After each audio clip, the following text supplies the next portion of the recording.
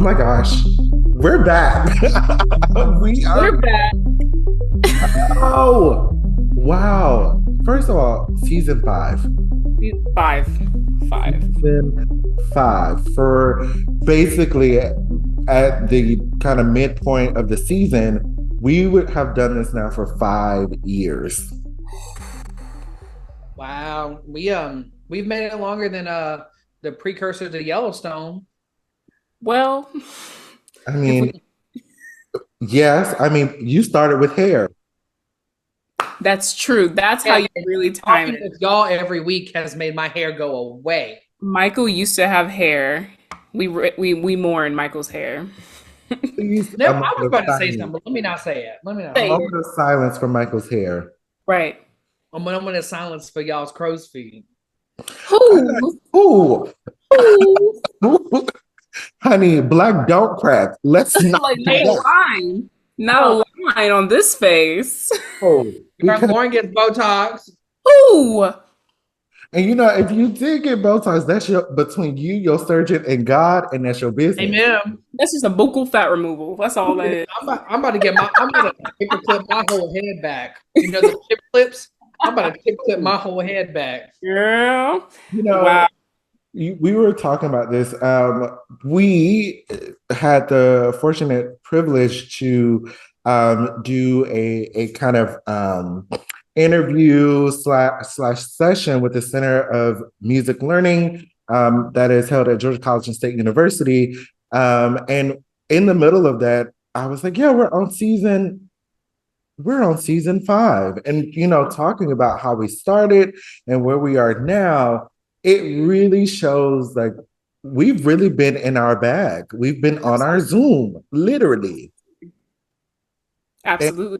and it's just crazy. And we just want to thank everybody right now that have been on the journey with us, that have, you know, been part of our Relative Pitch family. We love seeing all of you. Another thing that you know we love hearing is that when we're just out and then they're like, "Are you on Relative Pitch?" Yes, yes, we are. Hi. So I mean, you know, we take our hiatus, and so just like every season, when we come back, let's figure out what we've been doing, where we are in the world, because y'all know we stay moving. So, Always. you know, Lauren, how is life? What are things like for you? Oh my goodness. Wow. I mean, I think when we finished up here, season four, I think I was out of classes maybe at that point. I finished my second full year of my doctorate, which was really great. And I think also like I was finishing up programs at the symphony as well. Honestly, most of my traveling happened, I think, earlier in the year, and so I think afterwards I went home to Georgia to see family, brought some friends from Seattle with me, got to see my two mains in Georgia, which is amazing.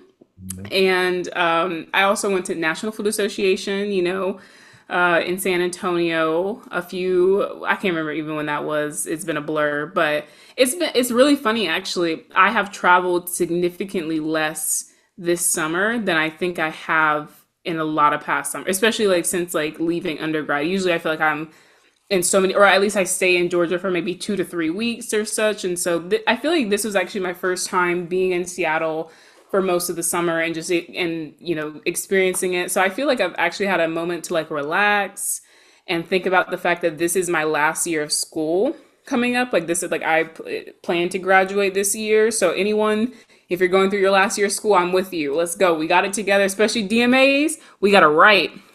We got to put in the work. We got to write. But I'm so excited. I am supported by an amazing committee. I have great people in my life who are going to be here with me during the ride. Hopefully, by the end of the season, y'all will be hearing about graduations upcoming. So, Dr. Lee. Y'all. so that's what it is right now. That's what it's been for me. So. Mhm. Michael. Oh, oh yeah. I am in a new position now at my university. I am a full-time limited term lecturer and lecturer of trumpet and director of pet band. Go Athletics, Nighthawks, woo. Hawkem, Nighthawks. Yeah. Wow. Mhm. is that it? Is that what y'all do? Nighthawk. Actually, a nighthawk is a very small bird. It's a very Oh, small bird. But a hawk still goes like, that's their feet. talons. But like Right. this is a small bird. Small bird. It is a small bird. I don't know why they chose this to be their mascot, but that's between them. Anyways, I'm there. I'm still with Chattanooga, tenured. Still doing the things around Georgia or around Atlanta because I can't just stay with one job. Mm. And then I had to move into a nice little rental house, more north of Atlanta. I'm now over 30 minutes away from downtown, and I'm kind of sad about it. But it's okay. We're living with You our live in tree. the country. Okay, it's not the country. It's kind of the country. Okay, you haven't been here, so Kinda. It is the country. it's not the country. Mm, I grew up in the country. It ain't the country. heard. Still Okay. Sedity over here. Mm, Okay. mm-hmm. Mm-hmm. Yeah. There's a boutique right down the road. Not a Yep. boutique. And they And a got Costco 7 got minutes a away. little boutiques anywhere in little small towns. It does not defeat the purpose that it's still country. Ooh. I think you're hating. I am going to write a lawsuit for this defamation of character. Heard. Well, get the rhyme, boo. Get the writing. Now, for someone who has moved, Right. Anthony, where you be? What you be doing? Well, I am like a feather. I move with the wind. Whenever the wind blows, I move on. And right now, the wind has blew me all the way to good old Texas. Come Um, on. I'm in Houston, Texas right now. I've taken the position of the assistant director at Knoll Middle School, which is right here in Houston and Sheldon ISD. Moved. It was a very quick move, like very, very quick. And drove 12 hours from Atlanta and went to pre-planning the next day. Like it was very fast. But my summer, it was fast and slow. I felt like the first part of that summer was very slow, like things were just moving. And then towards the end of that, things just started going. Mm. So at the beginning of the summer, we three went on a cruise together, and we really enjoyed the good Caribbean sun, which was a lot of fun. And then, I just came back and chilled, moved from my apartment and moved Michael in, and we got a U-Haul stuck. It was a lot. Anthony originally got it stuck. First of And then all, I got it more stuck. well, who told you to move on a dirt road on an incline in the country? First of all, what you're not going to do is that and I'm not be just saying. slandered. Didn't you just equate yourself to a feather? So that means you're fat. Ain't you fast? Since you just be moving with the wind. I don't know what your definition of fast and what you're trying to imply, but that's a no. Don't do that. Anyway, after that, I went to conduct the Air Force Band and had a really good time up there in DC. I love DC. If you've never been to DC, you should definitely go and just enjoy. It's amazing. And now we're here. We're back teaching middle school. And these middle schoolers, this generation, should I say, bless their hearts. Bless their hearts. They're funny, but bless them. Bless them. What was that phrase they had you going with? Skibbity Riz toilet. What does that even mean? What does Skibbity Riz toilet, Ohio, whatever? All of these things. I'm like, where do y'all come up with this stuff? It's funny because are we old now? I feel like this used to be us, right? This used to be us where they're like, what are they talking about? And we never had things like Skibbity Riz toilet. AARP. Ooh. Over here is young. I understand the kids. Explain to us what Skibbity D whatever Riz toilet. I don't even know what it is. If you don't know it, it ain't meant for you. That's because you don't know it. That's what it is. You don't know it. And first of all, Michael, every single time you get your teeth clocked by every middle school and high school person you come into contact with. Because they First of all, ask, hold on. You ask them, how old am I? 42, 48, no, the average 39 age has gone down this year. Ooh, to what? 69? 34. okay, 34. I mean, that's like 10 years more than I, but like it's Eight. You can't do math. Eight. eight is basically 10. Rounding. Rounding, thank you. Well, then that means Anthony's basically 30. And what's wrong with that? What are you trying to say? That's true. What are you trying to say? Hey, I already have your life alert on the way. I'm glad you do because I'll be ready to fall at any moment. Mm. Yeah, No, let's keep it a buck. it's just so crazy though that I think about it. I mean, we always do this. We always reminisce about the start, but I wonder if we could see where we were now back then. I'm sure we would have so many questions. It's like you went where and you did what? Why? How? Mhm. You know, and like it's so fun to like take a moment and reflect. I feel like we do that. We tend to do that a lot as a group and on the podcast, and it helps contextualize where we're going now, but also like what's the future looking like? I mean, what are we? I mean, you're talking about students, and obviously we all all are teaching, you know, right now, and are educators in our own right, and it feels different, and it also feels a little. I don't know. We were kind of just talking about this. We are like, what's been going on in the world, and you know, there's a lot happening, but in the music world, and like you know, in particular, it's not as you know, I don't know. It feels like, are we settled? Have we settled from 2020 finally? Or Mhm. have we reverted back to where we were? You know, where are we at? What do we feel like the state of the classical music world is at the moment? Yeah, because we definitely were thinking like, what's happening? I felt like right after 2020, up until even last year, things were not making the headlines as they were 2020 between 2020 and 2023. Because it was all just everything. Everything is right in front of you. People were making statements, and some statements were good, some statements were completely bad.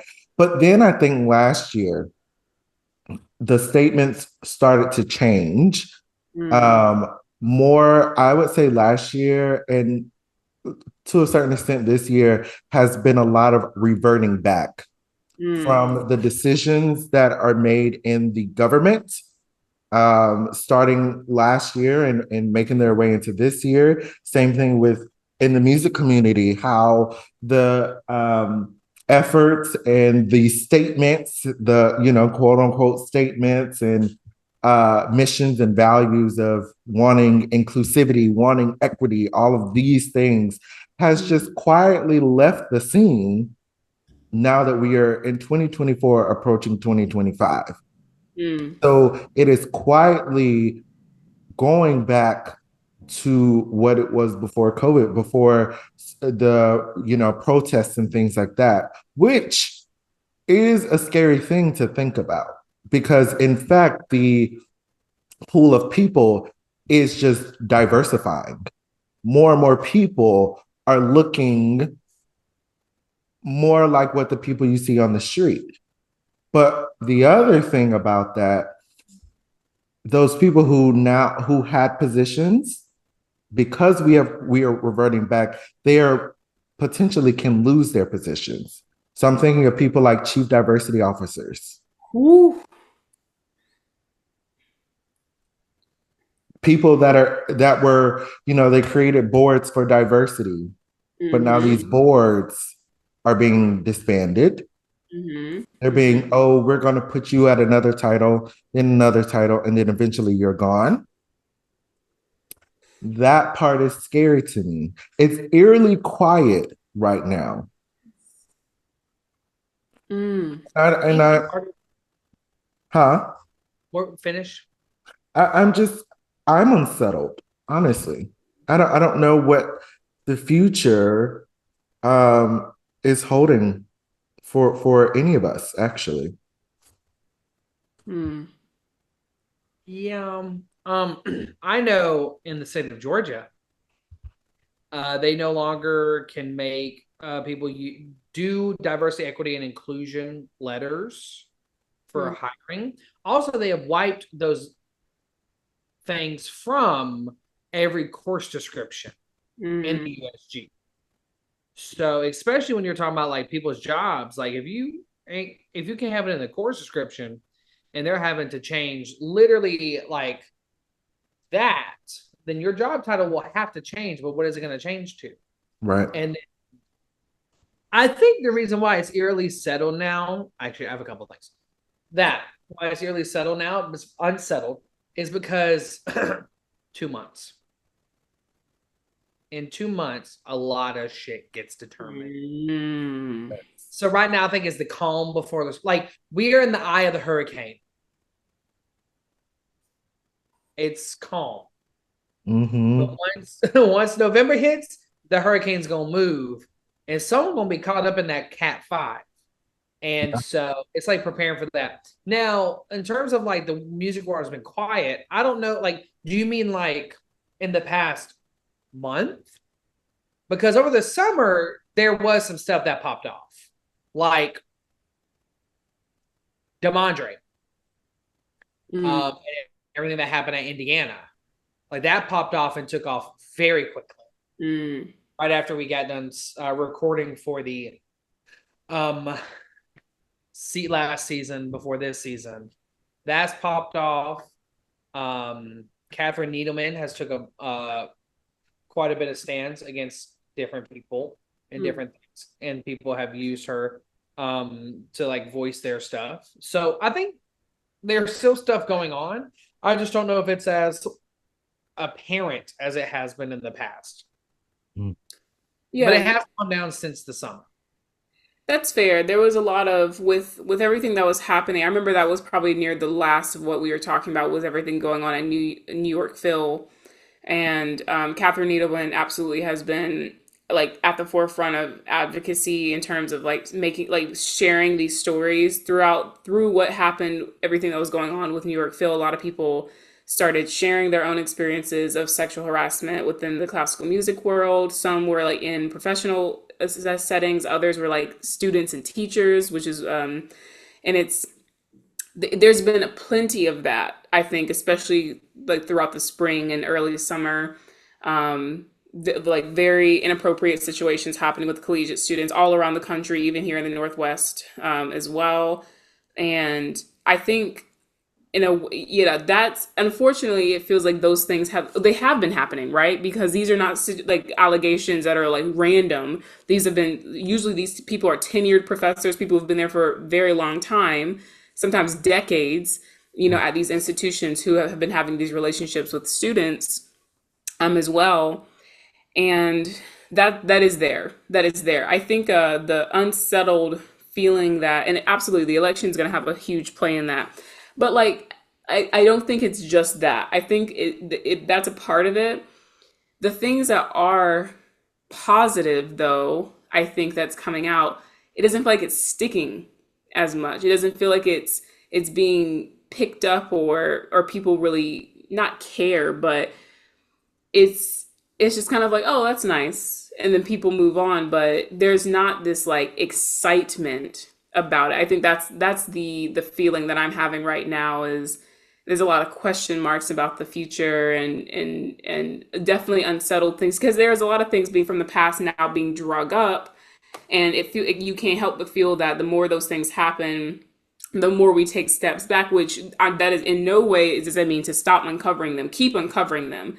But I think this is a part of it, right? The more we uncover, the more we realize there's more groundwork. We got to go back and back and back to rebuild, rebuild, rebuild. And that's the only way we can even start thinking about the future, right? If we don't have teachers and professors who are in those positions who know the basics of like morals and values and how to behave within these settings, how can we ever grow to be past what we currently are, right?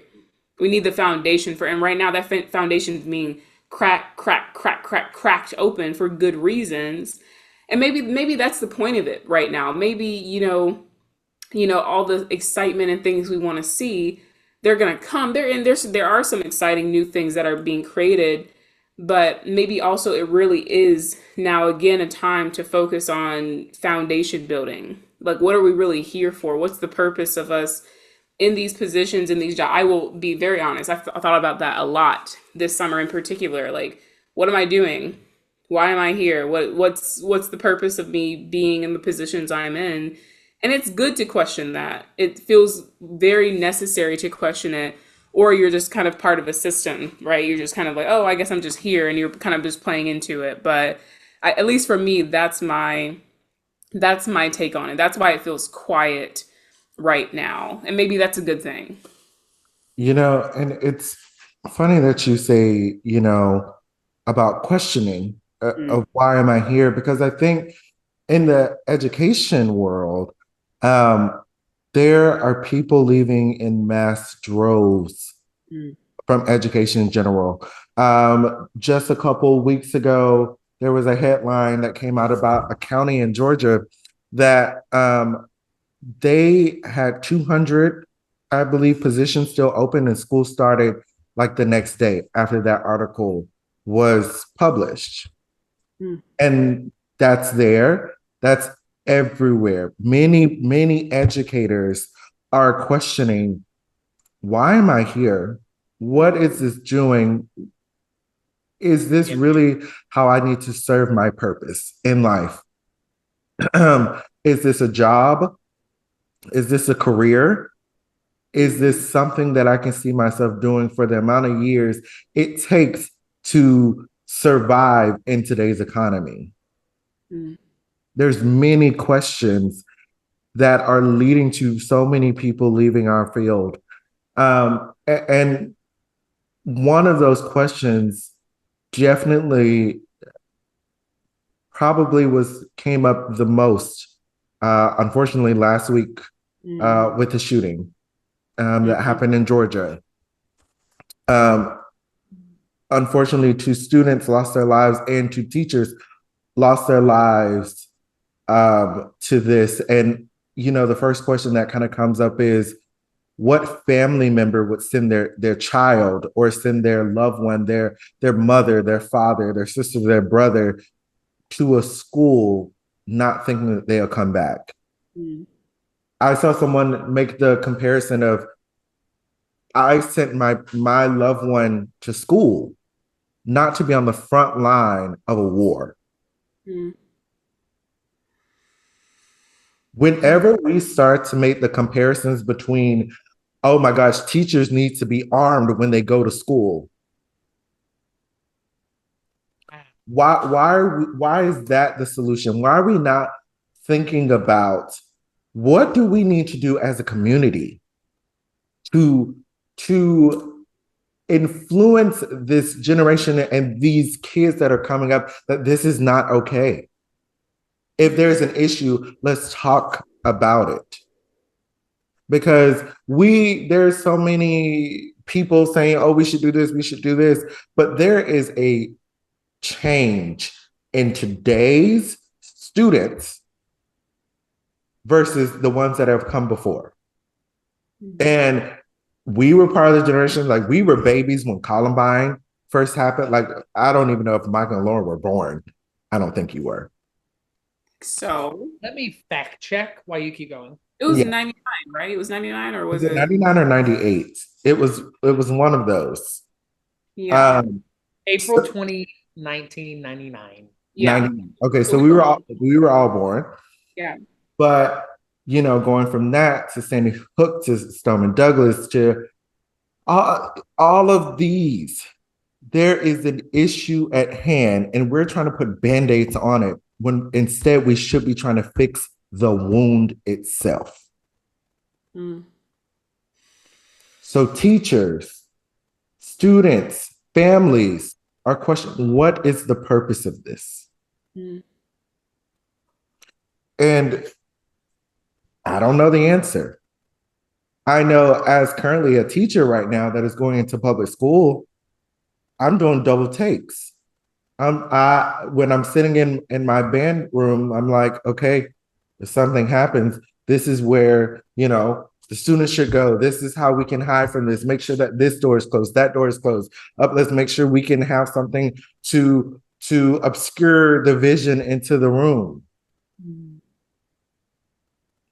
These are the things that we are thinking about. I just saw a video from one of the students that was at Appalachia High School, and she was talking about how she saw the shooter, and the shooter was in her class, and the teacher just said, "Open the door for him," and she said, "No, he has a gun." Mm. That could, and she said, if I would have opened that door like my teacher would have asked, because we think things are normal. We're in school. He could have done way more heinous things, way higher death toll. Mm.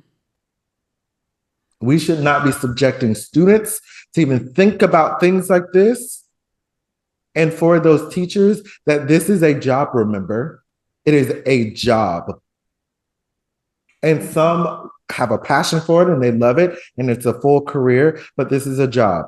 This is a 9 to 5, 8 to 5, whatever, however long you stay. But the idea is to clock out and come home to your family. Mm. Ooh. The aftermath of that in Georgia has been a lot. Not only at Appalachia, it's just been everywhere. It's been on like soft lockdowns. Mm-hmm. Very much like I'm telling you, I've seen more officers at schools in the past week than I ever have at any school. Like I think at one of the schools I usually go to, I see one. I saw 6. Yep. At another school, I saw like 4. Yeah. And it's just like, and then there was one school, they had them posted up on the entrances and exits. Yeah.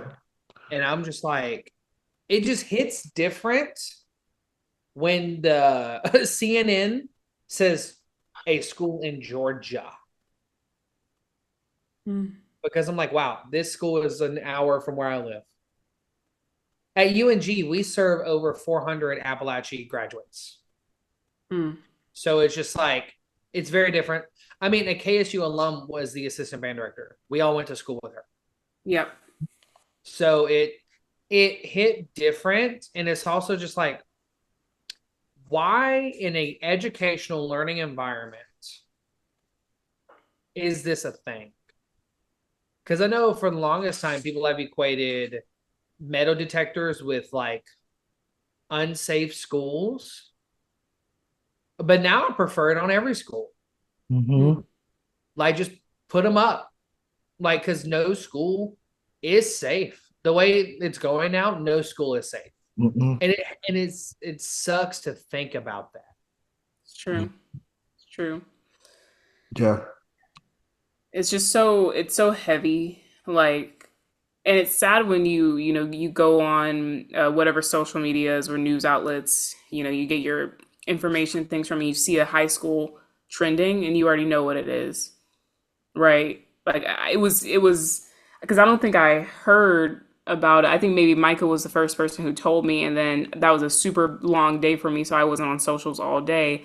And then I finally got on at the end of the day, and my Facebook was flooded with, news of it, and yeah, the fact that we know people who are there currently who have been there, and it really could happen to anyone. I think it's really starting to be a thing where it's not about the zoning. It's not about if they're, what level of funding they have. This could happen at any school.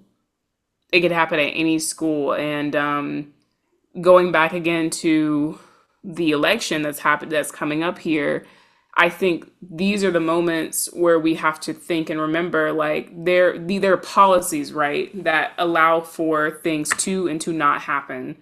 And if you want things to change, you got to use whatever voice. If that means going to vote, if that means, doing whatever, calling your local, representatives and talking to them, going to board meetings and using your voice to stand up for what's going on. whatever you need to do to feel like you like you want to do something. If you want to do something, you want to help be a part of it, know that it's all of it matters. Like this, that what's happening in schools right now is not a standalone thing. That's just a random thing about education that's going on. It is not. It's all tied together by whoever is making the laws and who says what should be doing and or whatever they're blaming on. It's just I'm just tired at this. Anytime I read about it, I just feel so heavy. And yeah, the idea that you could send your kid, you could kiss your wife, husband, whoever goodbye that morning, and you see a news headline, with their school's name in it. And that's what happened, right? With, I think, one of the students, their families like heard about it and they tried to send something out like he might be freaked out. He might be freaked out. Like just approach him, like slow, because I believe this student had autism, and he was one of the ones who ended up passing. And it's just what a horrifying situation to ever have to be in. There's no excuse for it. There's no like thoughts and prayers are we're done with that. Like it's not enough. Like it can't just be thoughts and prayers, right? We have to do something with it, or it's going to it is continuing to happen. We're still having this conversation now. Yeah, so really to all the families, teachers, everyone in the communities there out in Georgia, like truly our hearts go out to you. Can't imagine what the aftermath and the conversations that had to be had at home with the survivors. Yeah.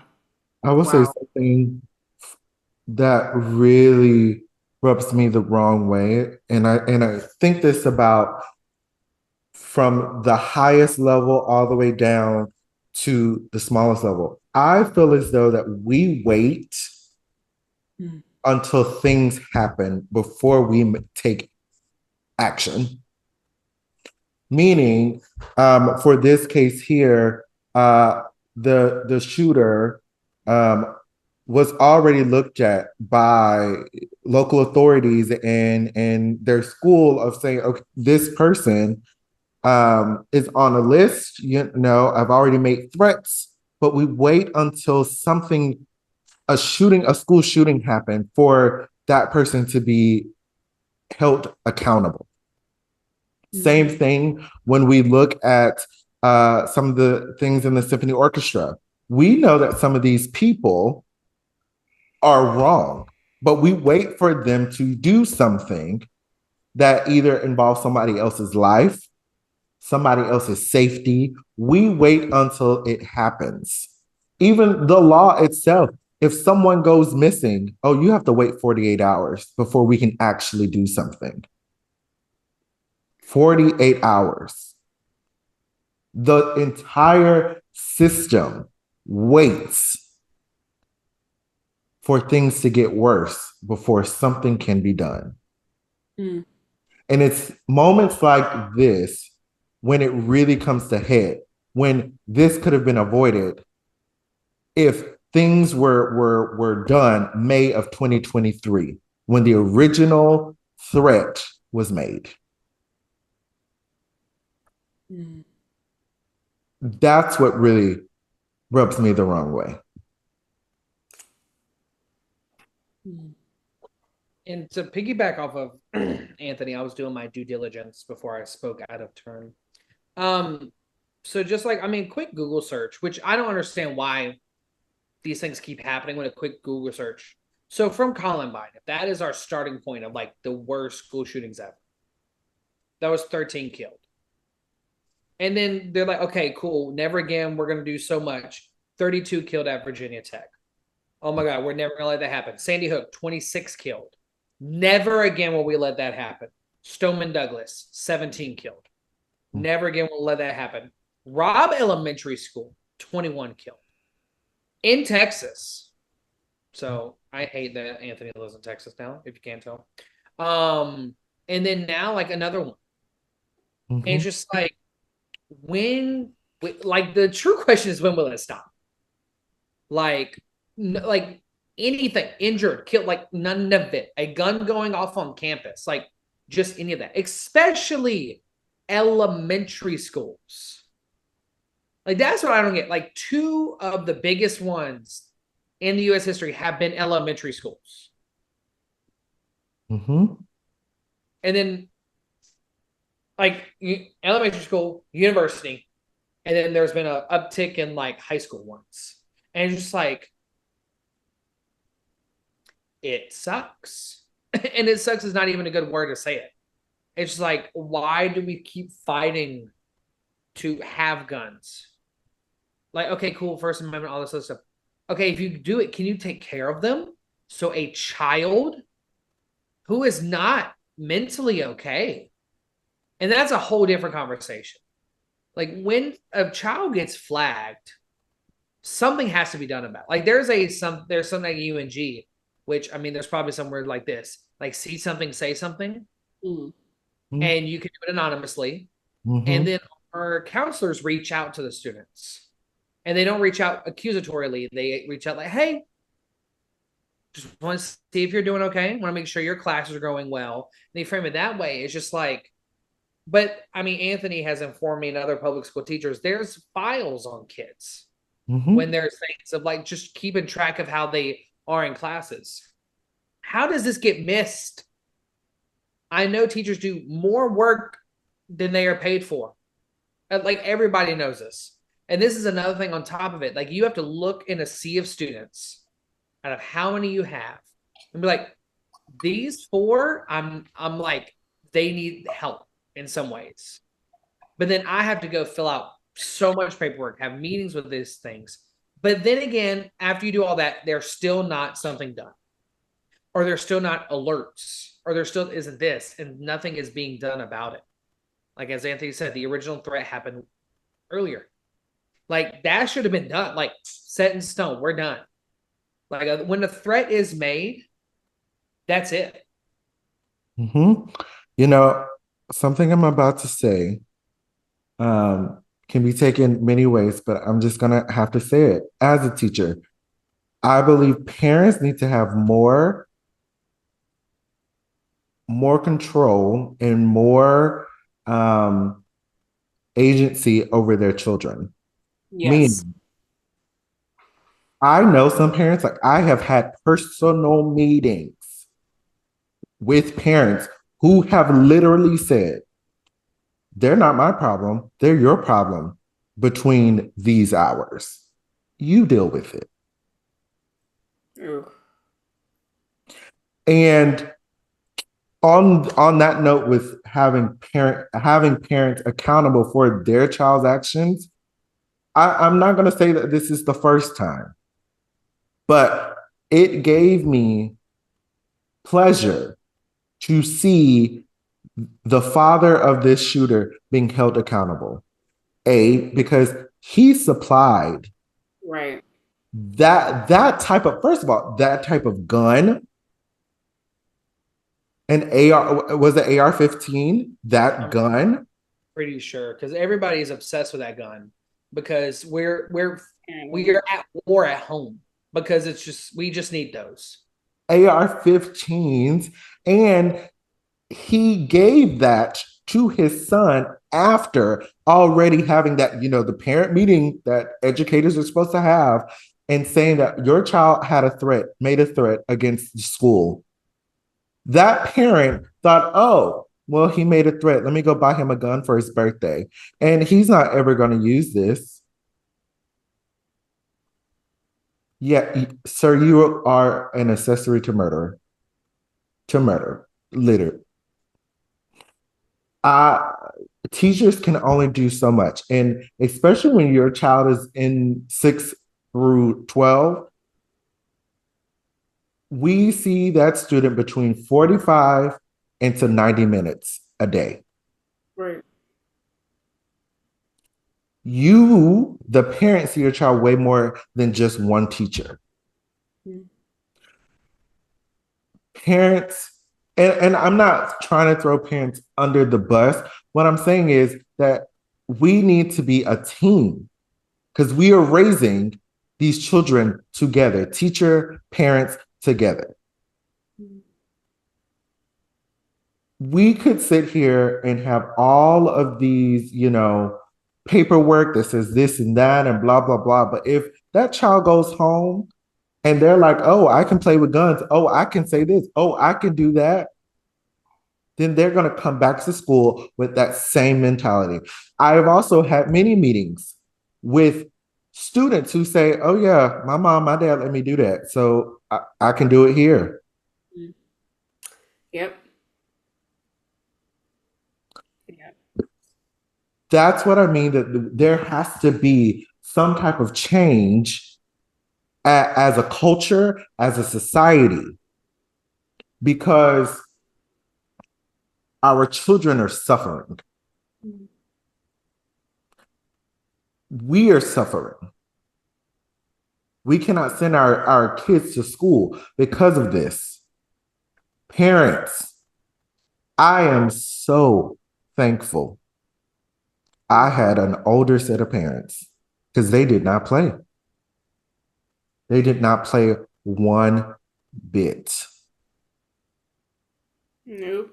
And I see some of these kids now, and I just think, what in the world?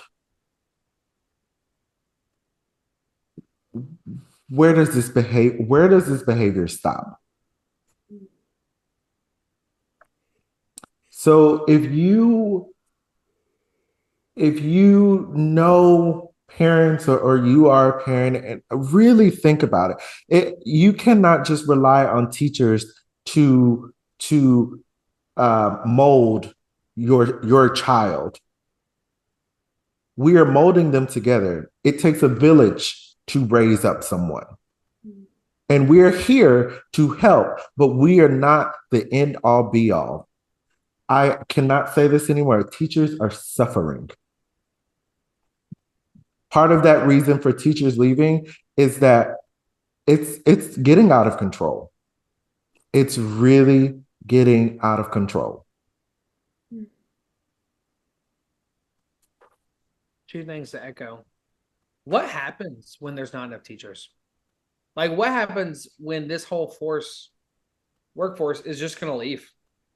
Because I'm sorry, if it was me and that happened to my school, I love the kid. I love kids and I love like educating. I have to quit. Like, I could not feel safe enough to pull up in that parking lot again. Mm-hmm. Knowing what happened to my colleagues, my friends. Also, to echo Anthony, nor should you let teachers be the only molding power. If I have a child, these hands, we molded this thing like clay. Because that's not going to happen. I'm sorry. Like, a child, a person, anything in this world is molded by so many different things. And so when you let people that are not your child's parents mold them, and then you probably get mad at them at home for acting a certain way, what you doing? Mm-hmm. Like, you cannot get mad at people when you don't be in their lives. Yep. You posed the question of what will happen next. I can ponder on what will happen next. And in fact, something that is happening currently, when teachers leave, and I'm specifically talking about public education teachers, when they leave the workforce, the next thing that will happen is the privatization of education.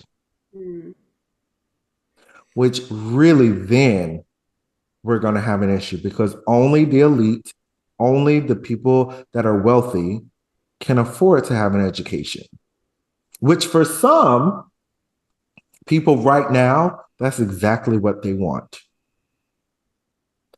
As a person here in the state that I am currently in, it's on the precipice of happening.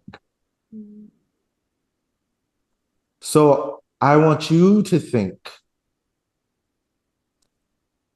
if public education ceased to exist, will you have enough to send your child to a private school to private education and think about what will they be teaching, because they don't have to teach the things that they don't want to teach. They can go one train of thought, and that is it. And they'll make sure that train of thought is used by everybody, from science to English to math to history. Mm-hmm. The thing is, like, also with privatization, we're going to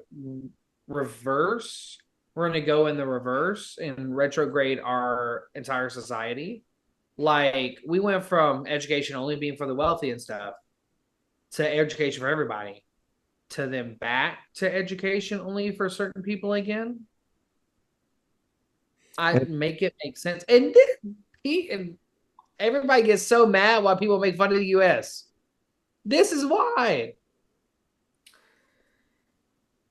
The truth in all of this, whether it's classical music, the state of education right now, political scene, cycles repeat themselves when we have not learned our lesson from the last time. We will continue to see the same exact things happen over and over and over if the approach, the process, every step we take is exactly the same way. You will only start seeing progress if you actually start making changes. So until that time comes where we decide, this is enough, and, using our powers as citizens to vote, and the people in those positions uphold, what it is desired by the people who they serve, we're going to keep seeing this happen over and over and over and over and over and over and over and over and over. So absolutely, the thing about being private, now we're public, going back to private, absolutely, because I guess we forgot why public education is needed. I want everyone to and this is something you can reflect on, if you're listening to this in the car, if you're listening to this before bed, you're waking up and listening to this.